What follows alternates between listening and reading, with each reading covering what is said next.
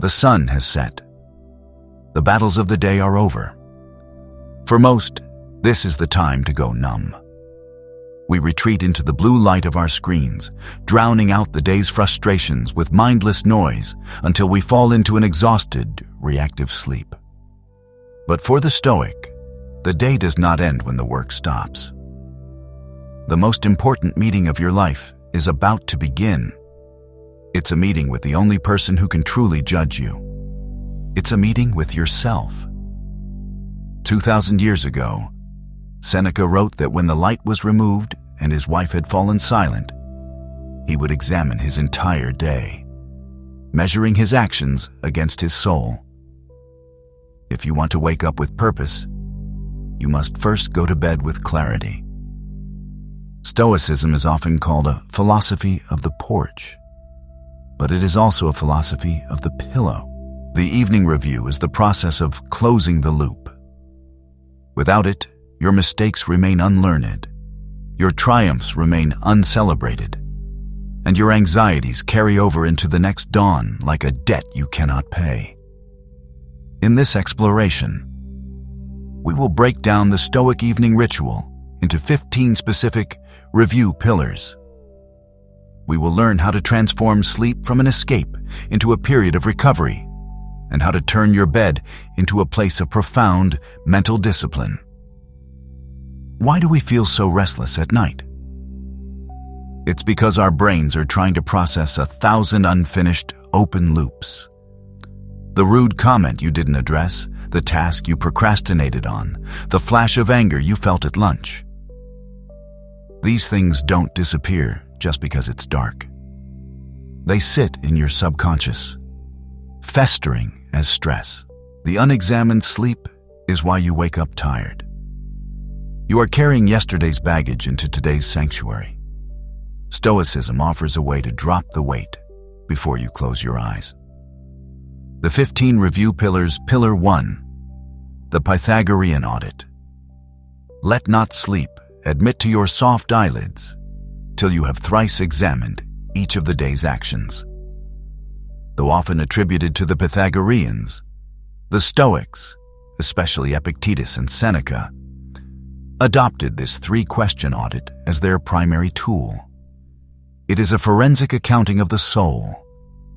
You aren't looking for excuses, you are looking for data. The triple question. Before your head hits the pillow, ask yourself these 3 specific questions. What did I do well? Acknowledge your virtue to reinforce it. What did I do wrong? Identify the moment you lost your temper or gave in to ego. What did I leave undone? Not just chores, but moral duties. Did you miss a chance to be kind? By asking these, you pull the splinters of the day out before they can cause an infection in your character. Pillar 2, Seneca's self-forgiveness. When the light has been removed and my wife has fallen silent, I examine my entire day and go back over what I've done and said, hiding nothing from myself, passing nothing by. For why should I fear any of my errors when I can say, see that you do not do it again? For now, I forgive you. This is the most misunderstood part of Stoicism. Many think the Evening Review is about self-flagellation or guilt. It is the opposite. Seneca shows us that the goal is objective awareness, followed by radical forgiveness. If you are too hard on yourself, you will stop doing the review. You must be a fair judge, not a cruel executioner. Visualize your higher self as a judge. Present the evidence of your day. Admit your faults. Then conclude with the sentence, the lesson is learned. The debt is paid. This allows you to enter sleep with a clean slate. You cannot change the past, but you can change your relationship with it. Pillar 3, disconnecting from externals. Everything that is not my own choice is nothing to me. In the evening, the externals, what people said about you, the stock market, the news, try to follow you into your bedroom. Epictetus taught that we must strip these things off like old clothes. Your bed is your inner citadel. If you are worrying about a client's email at 11 p.m., you have let a stranger into your fortress. As you walk into your bedroom, imagine a physical line on the floor. On the other side of that line, the world exists. On this side, only your character exists. Physically leave your phone in another room or turn it off. Say to yourself, "The world is in the hands of fate. My mind is in my own." This creates a psychological buffer zone that protects the sanctity of your rest. Pillar 4. The review of intentions versus outcomes. We should every night call ourselves to an account. What infirmity have I mastered today? What passions opposed? What temptation resisted? What virtue acquired? Seneca. In the morning, we set intentions. In the evening, we measure the gap between those intentions and our actual outcomes. This isn't about productivity, it's about moral trajectory. Did you plan to be patient, only to snap at the grocery clerk? Seneca suggests that the mastery of infirmity is the only true success. The Stoic doesn't ask, "Did I win today?" but, "Was I the master of myself today?" In your journal or your mind, name the one virtue you chose in the morning. Now, replay the day's tension points. Those moments where you felt your pulse quicken or your temper rise. Did you close the gap? If you failed, don't bury the memory. Look at it clearly. Identify the exact moment your autopilot took over. By identifying the trigger at night, you weaken its power for tomorrow. Pillar 5. Sleep as the small death. Melite Thanatou. He is most happy and the self-possessed master of himself who can say at the close of each day, "I have lived. If God grant us a tomorrow, let us receive it with joy." Seneca. This is the evening version of Memento Mori. The Stoics viewed sleep as a rehearsal for death. Both involve the letting go of the ego, the cessation of striving, and the surrender of the body to nature. By viewing sleep this way, you remove the fury of the day. If you have lived fully, meaning you have acted with character, then the end of the day is not a loss, but a completion. As you lie down, perform a mental dissolution. Imagine the day's events turning into smoke and drifting away.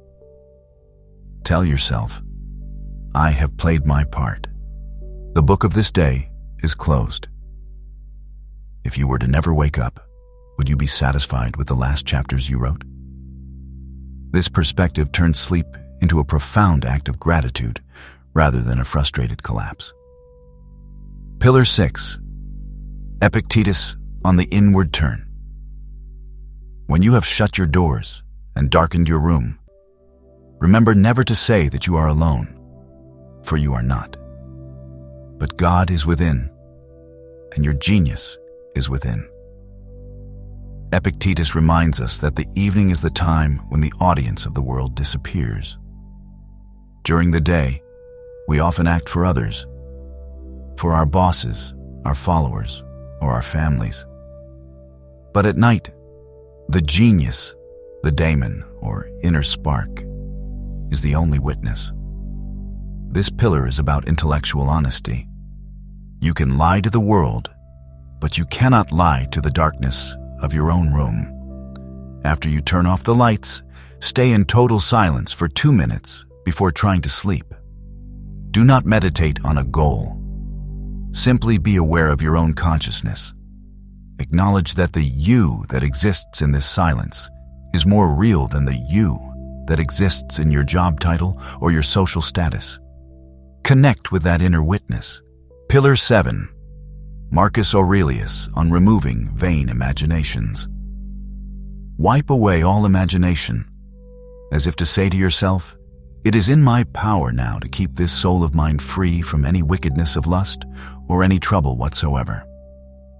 Just as morning anxiety is future time travel, evening restlessness is often past time travel. We ruminate on what we should have said or how someone wronged us. Marcus calls these vain imaginations. They are ghosts that have no physical reality. The review's job is to wipe the slate clean so the mind can find the stillness, ataraxia, required for deep recovery. Visualize a chalkboard. On it are written the frustrations of the day. One by one, see yourself erasing them. The rude driver, erased. The missed deadline, erased. The feeling of inadequacy, erased. Remind yourself, that moment no longer exists. I refuse to keep it alive in my mind. Pillar 8. Gratitude for the indifference. Wealth consists not in having great possessions, but in having few wants. Epictetus. While Stoics focus on virtue, the only true good, they weren't against acknowledging preferred indifference, comforts that are nice to have but not necessary for happiness. The evening is the perfect time to practice negative visualization in reverse. Reflect on the bed you have, the roof over your head, and the safety of your room. Many in history, and many today, lack these. Identify 3 physical things you use today that made your life easier: your shoes, a warm meal, a light bulb. Briefly acknowledge that these are gifts from fate, not entitlements. By feeling gratitude for the indifference at night, you lower your baseline of desire and wake up feeling wealthier, regardless of your bank account. Pillar 9. The review of speech. Let silence be your general rule, or say only what is necessary and in few words. Epictetus. For the Stoic, words are a form of currency. Every time we speak, we spend a piece of our character. In the evening, reflect on your verbal output. Did you engage in idle gossip? Did you speak just to hear your own voice? Did you use your words to manipulate or to complain? Often, our evening exhaustion comes from the mental leakage of having talked too much about things that don't matter. Recall your 3 longest conversations today. Ask yourself, did I speak with purpose, or was I just filling space? If you find you are leaking energy through gossip or vanity, don't judge, just notice the drain. For the final hour before sleep, commit to total verbal fasting. Speak only if absolutely necessary. This prepares the mind for the great silence of sleep. Pillar 10. Marcus Aurelius on cosmic perspective. Constantly reflect upon how rapidly all things that exist and are coming into being are swept away and pass out of sight. One of the most effective ways to close the loop on a stressful day is to shrink it. Marcus used the view from above to remind himself that his problems were microscopic. In the evening, our problems tend to grow. The darkness makes them feel larger than they are. This pillar is about restoring the proper scale. Your failed presentation or awkward social moment is a speck of dust in the vastness of time. As you lie in bed, visualize your room. Then zoom out to your house, your city, your continent, and finally, the earth spinning in the void. See the billions of people before you who had terrible days and are now forgotten. This isn't meant to make your life feel meaningless. It's meant to make your stress feel manageable. You are a small part of a vast, beautiful whole. Let the universe carry the weight for a while. Pillar 11. Musonius Rufus on the body and soul. The philosopher's body as well as his soul must be prepared. We should use great care to train it. Musonius Rufus, the teacher of Epictetus, emphasized that the physical state affects the mental state. A Stoic evening review includes an audit of how you treated your vessel. Did you overindulge in food or drink to numb the day's stress? Did you move your body, or did you treat it like a slave? If you mistreat the body at night, you hamper the soul's ability to be virtuous tomorrow. Scan your body from toes to head. Notice where you are holding tension from the day's battles: your jaw, your shoulders, your stomach. Exhale and consciously release those areas. Acknowledge one way you can treat your body with more stoic temperance tomorrow. Remind yourself, I am a soul carrying a corpse. I must treat the carrier with respect so the soul can do its work. Pillar 12. Preconditioning the next dawn. The mind is never right, but when it is at peace within itself. Seneca. The Evening Review is not just a look backward, it is the first movement of tomorrow. The Stoics didn't leave their mornings to chance.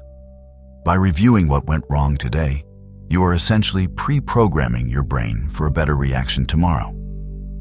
If you identified that you lost your temper at 2 p.m. today, your mind will be on high alert when 2 p.m. rolls around tomorrow.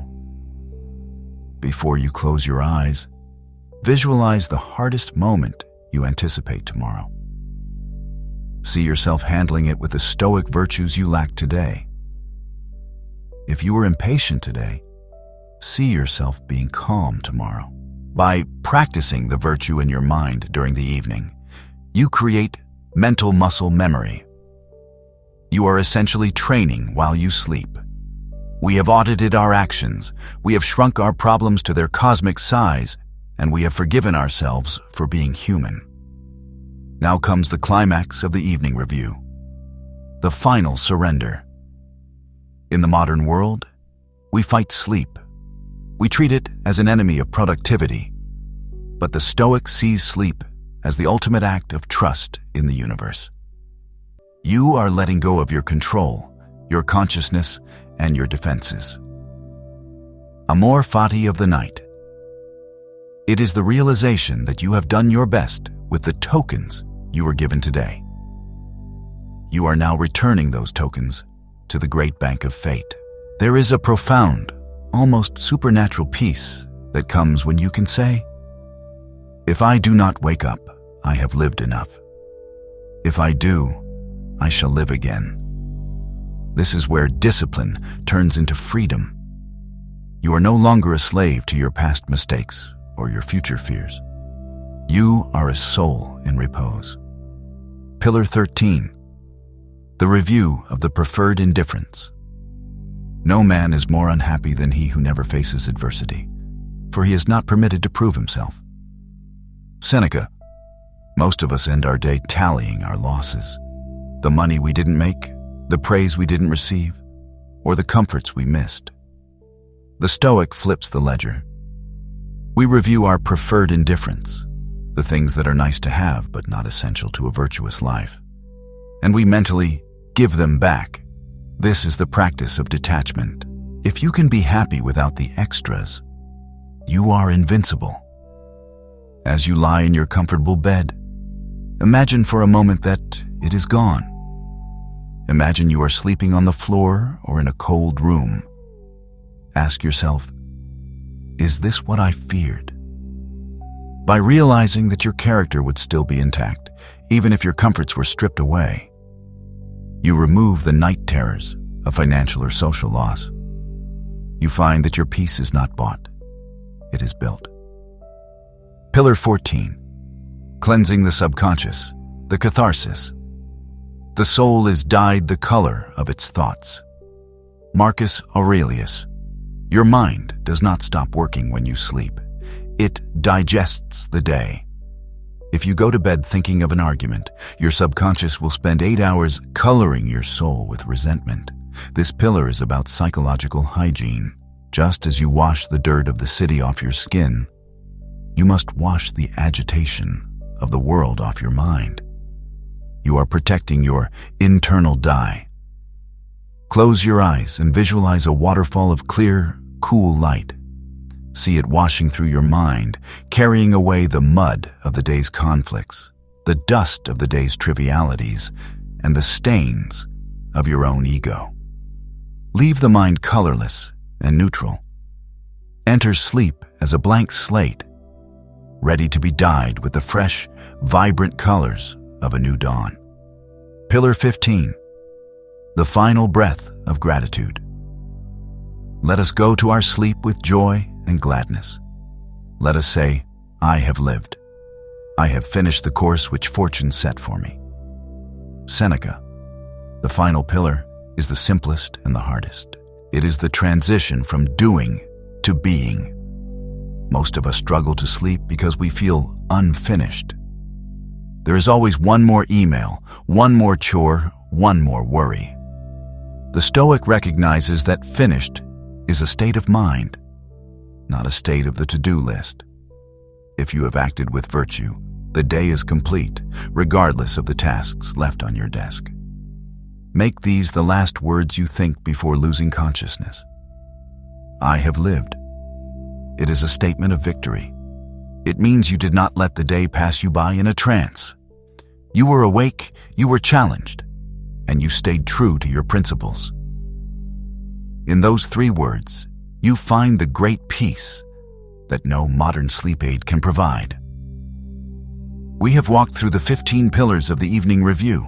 We have transformed the night from a period of nothingness into a period of profound alignment. By morning, you prepared for the storm. By evening, you audited your performance within it. This is the Stoic loop. It is how a slave like Epictetus could feel like a king, and how an emperor like Marcus Aurelius could remain humble. The Evening Review is your internal compass. Without it, you are just a ship drifting in the dark, hitting the same rocks day after day. With it, you are a navigator, learning from every wave and every wind. Audit without judgment. See your mistakes clearly, but forgive the human who made them. Shrink the world.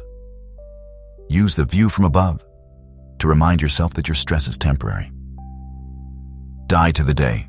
Let go of everything. Treat sleep as a sacred surrender so you can be reborn tomorrow. Discipline is not a solo journey. It is a shared path. Tonight, before you close this app or put down your phone, perform just one of these pillars. Ask yourself the triple question of the Pythagorean audit. Share your progress. Which part of your day is the hardest to let go of? Share it in the comments below. Let's help each other find the Stoic stillness. If you want to master your mornings and own your nights, subscribe to Stoic Mindshift. We are building a community of modern Stoics who refuse to live on autopilot. To see how this all begins, watch our previous video. 15 Stoic quotes to motivate you every morning. Complete the loop. The world is quiet now. Your work is done. Your character is secure.